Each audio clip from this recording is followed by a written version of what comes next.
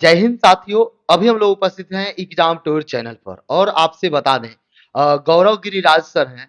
आप लोगों का लगातार कमेंट आ रहा था कि थोड़ा सा रीजनिंग को लेकर, क्योंकि रीजनिंग 50 प्रश्न पूछे जाएंगे और एक प्रश्न आपका 4 अंक का होगा, यानी कि 200 अंक आपको यहां से मिलेंगे और यह रीजनिंग निर्णायक होगा। क्योंकि यदि रीजनिंग आप अच्छा से कर लेते हैं तो 50 प्रश्न सही करेंगे तो 200 अंक आपको मिल जाएंगे। इसमें 100 में 100 सही कर सकते हैं।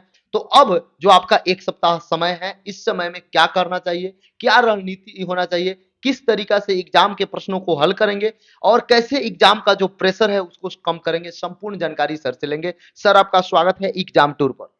नमस्कार सभी एग्जाम टूर के व्यूअर्स को। और और आपको भी बहुत बहुत धन्यवाद। और जैसा कि अभी एग्जाम का बिहार एसएससी का एग्जाम का प्रेशर सारे बच्चों के ऊपर है। ठीक है, सभी लोग रूम में एकदम पैक हो गए हैं, या तो कोई टेस्ट बना रहा है या कुछ ना कुछ एक्टिविटी में वो बिजी है। तो रीजनिंग के लिए रणनीति क्या होगी, क्योंकि समय आपके पास कम है, एक सप्ताह का समय है। तो आपको बस एक ही चीज की टेंशन सारे बच्चों को सता रही होगी। वो टेंशन है कि कहीं कुछ नया ना कर दे जी। क्योंकि हर एग्जाम में कुछ ना कुछ नया किया जा रहा है और रीजनिंग कुछ ज्यादा ही एक्टिव है। तो आपको, हाँ सही बात है, जो टेंशन है वो रियली में टेंशन है, लेकिन उसका एक निदान भी है। आप करो क्या कि जितनी तैयारी आपकी रीजनिंग की है, एक बात हमेशा याद रखना, मैं सारे बच्चे को बताता हूं कि एग्जाम में जिस लेवल से आपने तैयारी किया हुआ है, एग्जाम में वही आएगा जैसा आप एक्सपेक्ट कर रहे हो। इतना याद रखना है। तो फ्रस्ट्रेशन नहीं, हेजिटेशन नहीं है। 50 में आप 45 प्लस तो आराम से कर सकते हो रीजनिंग में। ऐसा रीजनिंग रहेगा अगर आपका पढ़ा हुआ है तो। आप 49 भी कर सकते हो, 50 भी कर सकते हो, आपकी एबिलिटी पर डिपेंड करता है सर, कि एक प्रश्न लगातार था बच्चे लोग का।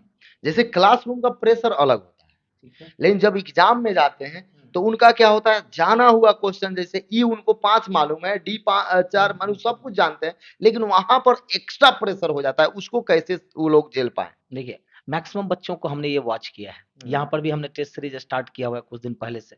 तो बच्चों का प्रेशर, मैं पहला दिन टेस्ट लिया, दूसरे दिन तुरंत हम उस पर अटैक किए बच्चों पर। ये तुम लोग टेस्ट देता कैसे है पहले बताओ।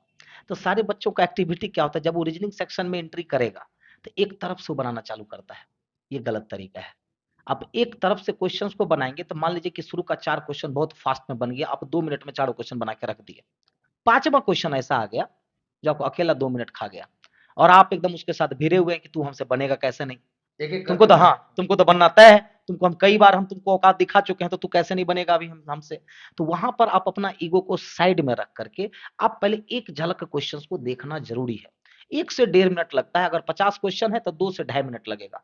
एक झलक देख लीजिए कि कहां पर कौन सा क्वेश्चन है, और आपको सारे बच्चे को ये पता है कि कौन सा क्वेश्चन आराम से बनने वाला है, कौन सा क्वेश्चन टाइम टेकिंग है। इससे समय भी सेफ होगा और प्रेशर नहीं रहेगा।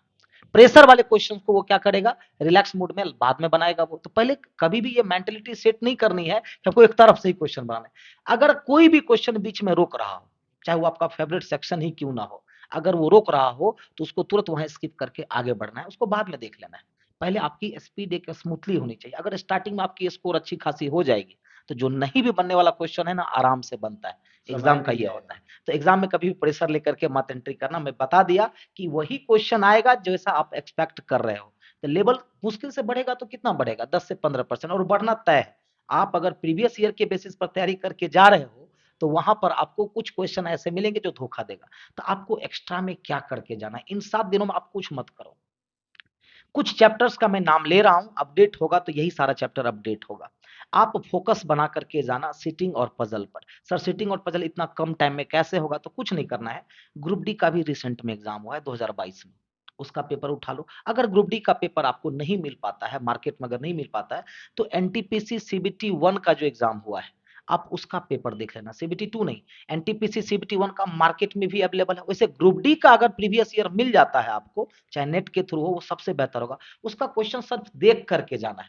सिर्फ मेन मेन क्वेश्चन को बना लेना है। 7 दिन में आप जितना भी कवर कर सकते हो, 1 घंटा खाली 7 दिन दे दो, दो दो सेट टारगेट करो। और लगभग क्या है कि आप देखेंगे कि एनटीपीसी सीबीटी 1 में जो एग्जाम हुआ है वही एग्जाम सारा शिफ्ट में फॉलो हुआ है। ग्रुप डी में जो एग्जाम हुआ है, जो पैटर्न हुआ है, वही सारा फॉलो हुआ है। तो बिहार एसएससी में भी वही होगा। तो अपडेट कैसा होगा, तो बिहार एसएससी का जो मेन क्वेश्चन है वो तो रहेगा ही रहेगा।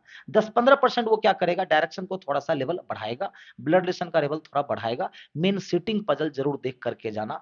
और नई चीजों के लिए इनक्वलिटी शायद आ सकती है, तो लेवल रीजनिंग में बढ़ करके आएगा, तो बढ़ करके आएगा तो आपके लिए गोल्डन अपॉर्चुनिटी है। आप सारे बच्चे जितने भी ये वीडियो देख रहे हैं, आप करना क्या कि ग्रुप डी का पेपर देख करके जाना। देखने का मतलब समझ रहे हो, पूरा बनाने का टाइम आपके पास है नहीं, देख करके जाना कि ग्रुप डी में क्या सब नया है, एनटीपीसी में क्या सब नया है, उस पर बस वर्कआउट करके चले जाना, आपकी रीजनिंग बहुत अच्छी रहेगी। सर एक प्रश्न और है, आप बता रहे हैं देख के जाना, अगर विद्यार्थी के पास मान लीजिए उपलब्ध नहीं है, बहुत सारे विद्यार्थी हैं जिनको अगर नेट से मिल भी जाता है तो बहुत कुछ ऐसा क्वेश्चन भी देखेंगे जो उनको वहां टेंशन दे सकता है, फंस सकते हैं, तो क्या आपने उस क्वेश्चन को कहीं सॉल्व किया है या कहीं उपलब्ध है जो आप माध्यम बता दें ताकि बच्चे जाकर वहां से रिवीजन कर लें? बिल्कुल बिल्कुल, देखिए अगर ग्रुप डी वाला जो सबसे लेटेस्ट क्वेश्चन है ग्रुप डी 2022 का, आप कंपटीशन व्यू लर्निंग एकेडमी एक यूट्यूब चैनल है जिस पर मैं एक ही क्लास लेता हूँ, कंपटीशन जिसकी आप तैयारी करते हो, कंपटीशन व्यू लर्निंग एकेडमी, उसके यूट्यूब चैनल के प्लेलिस्ट में जाओगे तो वहां पर टीसीएस करके लिखा हुआ है, टीसीएस पीआईपी लेटेस्ट क्वेश्चंस करके,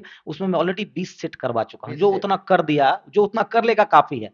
और बिहार एसएससी का तो 50 क्वेश्चन का सीरीज में कई दिनों से रुक्मिणी प्रकाशन पर तो करवा भी रहा हूँ, लगभग कम से कम 40 से 50 सेट में फ्री में करवा चुका हूं।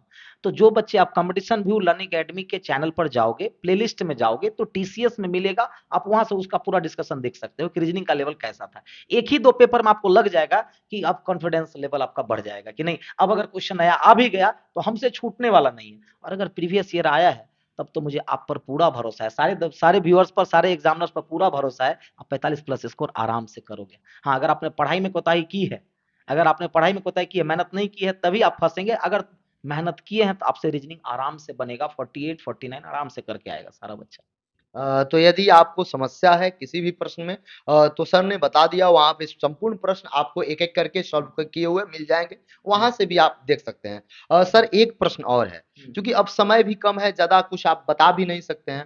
अ, आपका संदेश क्या होगा विद्यार्थियों को लेकर और रीजनिंग को लेकर? विद्यार्थियों के लिए रीजनिंग को लेकर? देखो, रीजनिंग स्कोरिंग सेक्शन है बाबू, क्योंकि लेवल जिस तरह से रहेगा, अब आपको पता है कि हर एग्जाम का लेवल चेंज हो रहा है, तो ये मूर्खता कभी मत करना कि पिछली बार जो बिहार एसएससी का पेपर हुआ था उसी तरह का पेपर मुझे इस बार भी मिलेगा, भरोसा हुआ नहीं मिलने वाला है, कुछ ना कुछ चेंज हो करके आएगा। लेकिन हाँ, ऐसा भी चेंज नहीं कर देगा कि फिर से जो है सो ट्रेन जलाने की नौबत आ जाए, ऐसा नहीं होगा। ठीक है, नॉर्मल सा बस 10 से 15% बढ़ेंगे, उसके लिए बस खाली तैयार रहना है। और संदेश यही है कि थोड़ा सा रिलैक्स माइंड में जाना, टेंशन लेकर के मत जाना, एकदम रिलैक्स माइंड में जाओ एग्जाम देने के लिए। मैं बार-बार कहता हूं कि वैसा ही प्रश्न आएगा जैसा आप खोजते हैं। अपना 100% देख करके आना है, ये याद रखना है। आपके पास जितना है काफी है रिजल्ट करने के लिए, उसको बेहतर तरीके से दे करके जाना है, वहां पर जाकर के फ्रस्ट्रेट नहीं होना है, माइंड को रिलैक्स रख करके एग्जाम देना है। और जैसे ही एग्जाम बिहार एसएससी का एग्जाम दे दिया जाए, आगामी जो भी परीक्षा है, तो अभी सभी बच्चों को, बिहार एसएससी के लिए सारे बच्चों को शुभकामनाएं, बहुत सारी शुभकामनाएं, ऑल द बेस्ट सारे बच्चे, बेहतर कर करके आओ। अगर कोई भी समस्या है तो मैं हूं, बिहार एसएससी एग्जाम तक, बिहार एसएससी एग्जाम के बाद भी मैं आपके साथ हूं, और एग्जाम टूर के साथ में हमेशा से हूं। सर समय देने के लिए बहुत-बहुत धन्यवाद। धन्यवाद आपको भी। यदि आप चैनल पर पहली बार हैं तो एग्जाम टूर को जरूर सब्सक्राइब कर लें, और आपसे बता दें किसी भी प्रकार का कोई समस्या हो, आप यदि फाइनल सिलेक्शन लेते हैं, आप अपना अनुभव शेयर करना चाहते हैं तो एग्जाम टूर को आप अनुभव शेयर कर सकते हैं, ताकि यहाँ पे जो भी बच्चे जुड़े हुए हैं वो लाभ उठा सकते हैं। यदि आप शिक्षक हैं, आप अपने पढ़ाने का तरीका बताना चाहते हैं, बच्चों को अनुभव देना चाहते हैं और बच्चे को तरीका बताना चाहते हैं कि किस सब्जेक्ट में कैसे अच्छा करें, तो भी आप कमेंट बॉक्स में कमेंट करेंगे,